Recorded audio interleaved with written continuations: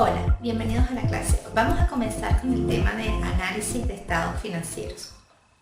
¿Quién efectúa el análisis de estados financieros? ¿Por qué se realiza?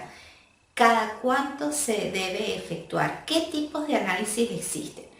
Recuerden, jóvenes, que desde el principio de nuestras clases les he dicho que la contabilidad está al servicio de terceros. ¿De qué terceros? De los usuarios de esa información financiera.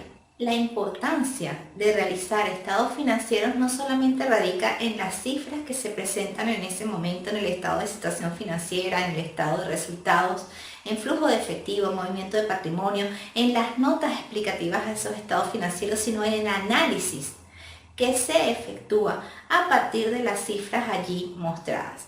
Entonces, es la toma de decisiones de los usuarios los que da la relevancia o la importancia de nuestra labor.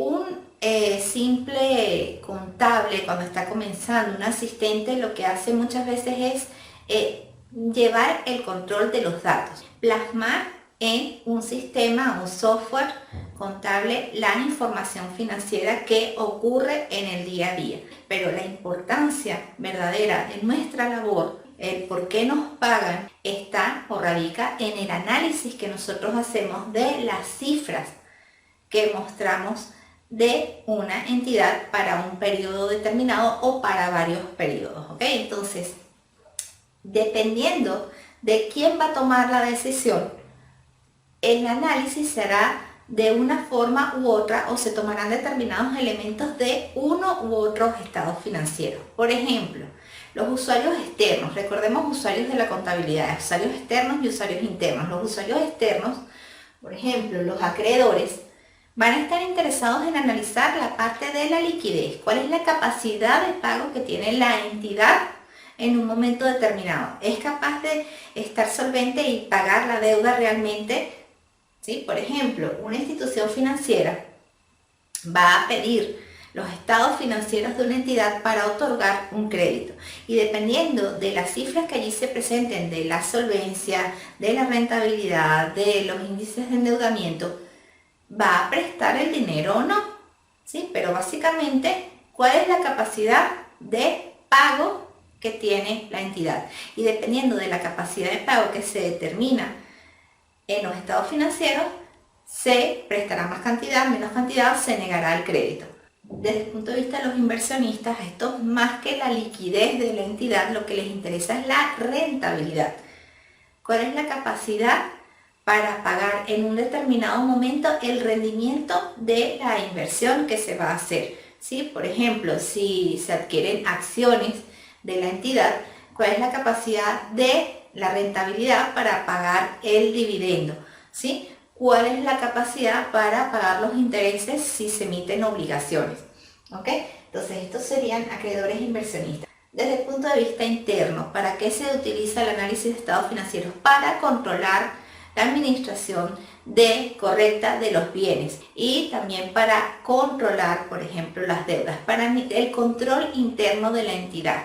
Además de esto, desde el punto de vista interno, ¿sí? También están los accionistas que también se preocupan a largo plazo por la rentabilidad de la entidad, por la estructura de capital y por la capacidad que va a tener esa entidad de mantenerse a lo largo del tiempo, mantenerse operativa, y no solamente operativa, sino también rentable. Desde el punto de vista interno también importa analizar, por ejemplo, índices como las rotaciones de cuentas por cobrar, rotación de inventarios, índices de apalancamiento, ¿sí? Establecer una serie de indicadores o razones financieras, ¿sí? Que ya vamos a entender que es una razón financiera, para poder realizar, una vez que yo tengo el análisis cuantitativo, el análisis porcentual, el análisis del número, hacer un análisis cualitativo, ¿sí? Vean la diferencia. El cuantitativo se basa en porcentajes, razones, a partir de los datos numéricos que nos ofrecen los estados financieros. Y a partir de esas razones, de esos porcentajes que se obtienen, ¿sí? Bien sea para un solo periodo, para un trimestre, un semestre, un año comparativo entre un periodo y otro, ¿sí? Una vez que se tiene la parte cuantitativa, se procede a interpretar las cifras, a interpretar los porcentajes que se obtienen. La interpretación, que es el análisis cualitativo, es lo más importante. Por ejemplo, una empresa tiene un índice de liquidez de 1, ¿podría mejorarse en el tiempo? ¿Qué significa que tenga un índice de 1? Eso es lo que vamos a aprender en las clases que siguen. A lo largo de todas las clases que vienen, vamos a aprender a realizar el cálculo del índice financiero, pero también a interpretar, ¿sí? Y ojo, mucho cuidado con esas interpretaciones que se dan. Las interpretaciones estándar son importantes. Por ejemplo, si yo comparo mi estado financiero, el estado financiero de la entidad que yo deseo analizar, yo lo puedo comparar con otras entidades, pero hay que estar consciente, jóvenes. Mucho cuidado, por ejemplo, con los estándares o con las cifras, por ejemplo, que se dan de promedio. El estándar promedio de la industria manufacturera de zapatos tiene que ser tanto el indicador de solvencia, el indicador de activos totales sobre pasivos totales, ¿sí? Una vez que se tienen las cifras cuantitativas, hay que tener cuidado de comparar mi empresa con otras. ¿Por qué? Porque las circunstancias de cada empresa o de cada entidad, incluso dentro de la misma área, pueden diferir unas de otras. Cada empresa puede tener, por ejemplo, distintos niveles de riesgo, ¿sí? Cada empresa se maneja desde el punto de vista de control interno de forma distinta, aunque estén dentro del mismo sector industrial.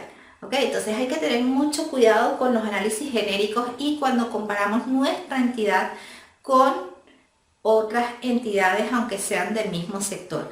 Más que el análisis comparativo desde el punto de vista externo, yo diría que hay que prestar más atención al análisis interno, ¿sí? De las propias cifras que se tienen en un periodo determinado con periodos anteriores y con periodos futuros o presupuestados o pro forma, lo que se llama pro forma, ¿sí? Para saber cómo está mi empresa hoy, cómo estaba en el pasado, ¿sí? ¿Hemos mejorado o no a través de los análisis de los índices que obtenemos, de las cifras, ¿sí? Y cómo podemos proyectarse hacia el futuro y estar aún mejor de cómo estamos hoy, si hoy la salud financiera de la empresa no es buena. El gerente financiero actúa como un médico leyendo los análisis de laboratorios de una persona.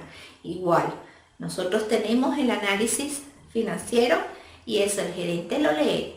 Y lo lee para tomar una serie de decisiones hacia dónde, hacia el futuro. Definitivamente, si la situación presente no es la adecuada por factores internos o externos que afecten a la entidad, se deberán tomar acciones correctivas para mejorar hacia el futuro, ¿sí? De cara a que estos usuarios externos, ¿sí?, se les mejore la imagen, ¿sí?, esté mejor, más saludable la entidad en caso de que no lo esté en un momento determinado.